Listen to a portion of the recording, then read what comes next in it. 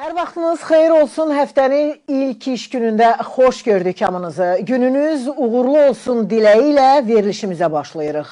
Paraleldəyik. Mövzumuzsa koronavirus, Bilqis, 5G və çip məsələsidir. Şayə yoxsa həqiqət? Studiyamızın qonaqlarını sizlərə təqdim edirəm. Azvizyon Az saytının baş redaktoru, həmkarım Vüsal Məmmədov və internet üzrə ekspert Əflatun Məmmədov mövzu ilə bağlı suallarımızı cavablandıracaq. Xural qəzetinin baş redaktoru Əvəz Zeynallı isə verilişə video bağlantı ilə qoşulur. Hər üçünüzü xoş gördük. Xoş gördük. Əflatun bəy, məsələyə aydınlıq gətirin, çünki Əvəz bəyin fikirləri var. Təşəkkür edirəm mən həm söhbətlərimin. Var. Fikirlərinə çox hörmətlə yanaşıram. Təbii ki, onların yanaşması, fikirləri bu məsələlər ətrafında bir mənalı deyil. Öncə məni siz bir internet eksperti kimi təqdim etdiniz. Yeri gəlmişkən onu demək istərdim ki, Rabitə Yüksək Texnologiyalar Nazirliyinin bir 35 ildən çox orada çalışmış texniki müşavir olaraq texniki məsələlərin sahə siyasətini və sahə proqram və yol xəritələrinə rəhbərlik etmiş bir şəxs kimi internetin inkişaf konsepsiyasını, internetin istifadə qaydalarını, bu sahədə Azərbaycan İnternet Cəmiyyətinin həm təsisçisi Rabitə Nazirliyi adına və interneti Dünya Məşvərət Şurasında ICANN deyilən Kaliforniyada yerləşən bir məkanda uzun müddət təmsil etmiş bir şəxs kimi bunları deməkdə həm də biraz informativ olsun deyə ki, həm söhbətlərim üçün, həm də auditoriya üçün verilən mövzuya dair fikirlərimin əsasını sahə sənədlərinin, sahə sənədləri ilə bilavasitə mənim fəaliyyət çalışmalarım, fəaliyyət proqramlarının irəli gəldiyini bildirməkdir. Və bunu deyərkən məsələni biraz belə deyərdim ki, biraz sadələşdirmək lazım. İstənilən mücərrəd fikri izah etmək üçün, çünki bizim auditoriya peşəkar auditoriya deyil. Bunu hardasa detallı belə sofistikə məlumatları çox məhdud bir dairə anlaya bilər. Ona görə auditoriyamızı həm rahatlama, həm məlumatlı, ifadəli fikirlər demək üçün bunun biraz mahiyyətini biraz fərqləndirək. Çünki koronavirus bir kərə bu virusologiya bu bir tibbin, təbabətin yönüdür. Biz 5G-yə gəlirik, texniki məsələlər. Bəli. 5G və koronavirus məsələləri bir-birindən ayırt edəndə sonunda bizim gələcəyimiz bugün hər üç söhbətin son qənaəti xeyli aydınlaşdırmış olacaq qoyulan məsələni. Belə ki, mən 5G-nin elə özü bu yenə də izahını versək, dediyimiz kimi G sözü dilimizə oturub bu İngilis sözüdür. Generation, yəni nəsil deməkdir.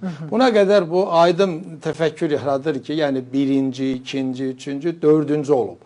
4 nəsil olub. Nədən bu bugün biz 5-dən belə xüsusi olaraq gündəmə gəlib və 5-in üstündə belə təkidlə dayanmışıq. Və buna mən istərdim bir işıq yönəldək ki, aydınlıq gətirsin.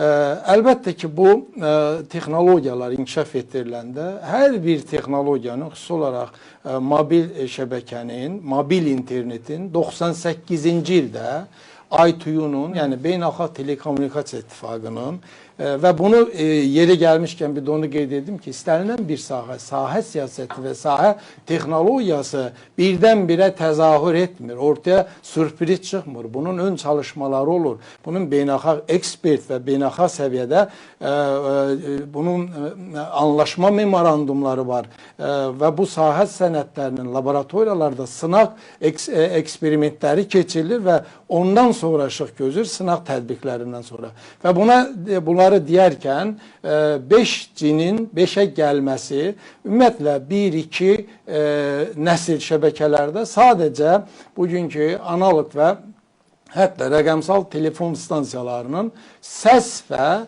mesajları göndərmə qədər mərifəti olub, yəni imkanları olub. Ondan sonra təbii ki, insanlıq və yüksək texnologiyalar qeyd etdiyim kimi 98-ci ildəki Okinawa samitində, Yaponiyada dünya artıq internet idarəçiliyinin xartiyasına və əsasnaməsini ki qəbul etdi və bu yönü, yolu geniş təbliğ edərək bütün BMT-yə üzv dövlətlərin həmən sənədə öhdəlikli olaraq qoşulması ilə starta demək rəvac verildi və bunu deyərkən artıq biz internet idarəçinin, internet təkamülünün biz ayrılmaz bir, qaçılmaz bir o məkanın, virtual məkanın biz tərkibi, üzvü tərkibi olduq.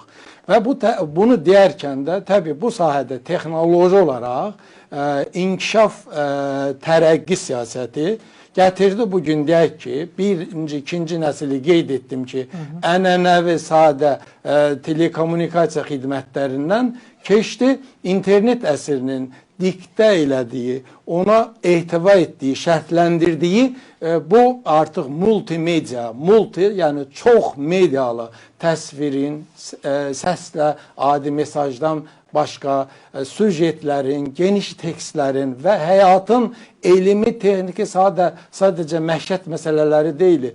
Böyük araşdırma mərkəzlərinin, müazzam sənət toplarının, portalların və burada yerləşən həm təsviri, həm video, həm vizual, həm dərin tekstlərin insan həyatını, elm texnikanın inkişafını irəliyə aparmaq üçün, tərəqqi siyasətinə xidmət etmək üçün bu texniki və texnoloji gəlişdirmə qaçılmaz idi və bugün də qaçılmazdır. Və siz belə hesab edirsiniz ki, 5G-nin ölkəyə gətirilməsi insan aləminə heç bir ziyan vurmur. Yəni dediklərinizi elm və siyasət əsasında belə əsaslandırmağa çalışır. Üçüncü, dördüncü nəsil şəbəkələrə ki gəldik, 5-ə gəlirik biz. Çünki 5-ə gəlmək üçün mütləq bunun hər işi belə nəticəni danışmaq lazım deyil. Onun təkamül yolunu, evolyusiya yolunu bilməlisən. Nədən 5? Nədən 5G? Niyə bunu bugün bu qədər gündəmə gətirdik? Niyə insanlığa bu qədər zərər verdiyi qabarıb və bütün ictimai, hətta mahiyyəti üzrə heç aidiyyət olmayan insanların ailə məişət söhbətinin tam bugün özəyində və mərkəzində dayanır. Demək istədiyim budur. Yəni, 4-cü nəsil, 4-dən sonra hətta 4 yarım nəsil də gəlişdirildi və beynəlxalq radio, kommunikasiya demək səviyyəsində üst qurum təşkilatlarında bu tezlik resursları yeri gəlmişkən mən eyni zamanda da 10 ilə yaxın Rabitə Nazirinin Dövlət Radio Tezliklər İdarəsinin rəisi olmuşam. Radio tezliklərin bilavasitə bölünməsi, paylanması, mülki məqsədlərlə istifadə olunmasının da onun biz xəritəsini, rəqəmsal xəritəsini işləmişik. Deyərkən 5-ci nəsilə keçiddən sonra artıq bunun artıq 5G yox. LT deyilən bir texnologiya, yəni long term evolution, uzun müddətli tərəqqi artıq 6-7 deyilməyəcək, deyilə də bilər içində. Çünki 5-dən sonra vəsair yeni nəsil şəbəkələrin inkişaf etdirilməsi nəzərdə tutdu. 5-ci nəsil nədir digərlərindən fərqi? 5-ci nəsildə əlbəttə bugün bu Çində gəlişdirildi, inkişaf etdirildi və niyə? Çünki Çinin nüfuzu, əhalisi çox sıxdır. Hətta bizim xatırlayırsınızsa Avropa oyunlarında, bizim stadionlarda, məkanlarda böyük seyircilərin, insan nüfuzunun, izdihamının çox olduğu yerlərdə biz xüsusi olaraq əlavə antenalar, sistemlər və radio, mobil hərəkətdə səyyar qurğular quraşdırdıq ki, yetərli kanal yarada bilək. Çünki 3-cü, 4-cü nəslin o imkanı yox idi. O imkanı olmadığı üçün bir tərəfi texnikidirsə, digər tərəfi bu fikirlər yeni deyil. Hər kəs oxuduğu mənbələrdən, yanaşdığı dərin bu sahə biliyindən və ya eşitdiyini, kimdə deyir yalancı, eşitdiyini danışan və oradan və o yalanı danışanmayan. Mən bunu dərkən keçirəm o məsələni kayırt edəndə 5G-nin bəli, birinci doğru deyirəm söhbətim, onun imkanları çox böyükdür. Zaten elə böyük olduğu üçün də yeni standarta keçilib da. Əlbəttə ki, mən sizə deyim, adi bizim məişət cihazlarımızda mikrodalğalı istifadə edilən o soba, onun o rentgen və qamma dalğaları, hansı ki müəyyən qədər bizim qidamızın onun molekulyar daxilinə nüfuz edib dəyişməsinə təsiri yan keçmir. Bunu səmimi olaraq deyirəm. Nəinki 5G. Bugün bütün standartlar bu anlaşma memorandumunun, Səhiyyət Təşkilatının sanitar və onun mənşə sertifikatlarını belə üst qurum təşkilatlardan almış olsa belə bunların mənfi təsiri qaçılmazdı. Bunu bir mənalı deyirəm. Bugün mən 5G-nin 3 yeni standartını özündə birləşdirdiyi üçün məhz dünya bunun tətbiqinə geniş başlayıb. Nədir bu? Birincisi standart EBB deyilən Enhanced Broad Communication. Bu broadband internetdə yəni geniş zolaq lazımdır. Az əvvəl həmkarım dediyi kimi 4G-dəki istifadə olunan tezliyin buraxma zolağı 5-ə görə azdır. Bugün o buraxma zolağı həm də iqtisadi maraqdır ki, çox kanal yaradılsın və çox iqtisadi maliyyə maraqları olsun. Ona görə bu birinci onu yaratdı. Birinci standart EBB nə verir? Virtual reallığı, çünki video, təsvir, vizual məsələlər artıq həyatımıza təsir etdiyi üçün onu daha canlı görmək üçün bunlar bir-birinə bağlamalıdır. İkinci standart isə ULTC deyilər. Ultra Reliable Low Latency. Ultra Reliable, yəni ifrat güvənilən az itkili broadband. Burada nədir? Süni intellektlər, dronlar, pilotsuz demək maşınlar, ultra sensorlu təhlükəsizlik sistemləri ki, gələcək nəsildəki bunlar həyatımızı əhatə edəcək 4,5G təsdiqləmir. Üçüncüsünə gəlirəm ki, EMTs, bu da demək elektronik Machine Massive Communication'dır. Bu maşın insan, insan-maşın əlaqələri gələcək virtual dünyada. Nədir bunlar?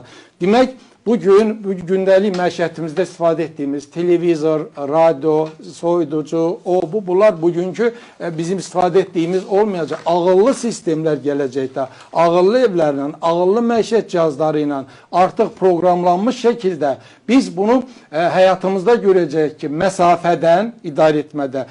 Bax, tibbin özü bugün telemedisina, teledistans, məsafədən öyrənmə, nanotexnologiyanın, gen mühəndisliyi, süni intellektin, bunların hamısını 5G dəstəkləyir və 5G-ni biz əgər vasitə kimi qəbul etsək ki, koronavirusla qarışdırsaq, bu böyük bir qarmaşıqlıq çıxacaq. 5G-nin bəli, bir mənalı həm söhbətlərimin fikrinə dəstək verirəm, dərin devlətlərin fərziyyə olaraq bugün ortaya atdığımız bütün komplo istər, nəzəriyyələr istər, senariləri, proqramları bizim söhbətdən paraleldə var, olacaq. Onu bura qatmadan və onu da dəstəkləyirəm ki, bəli, o senarilərə bu bir vasitədirmi? Biz düşünək ki, bax, mobil telefonun özünün IMEI kodu var.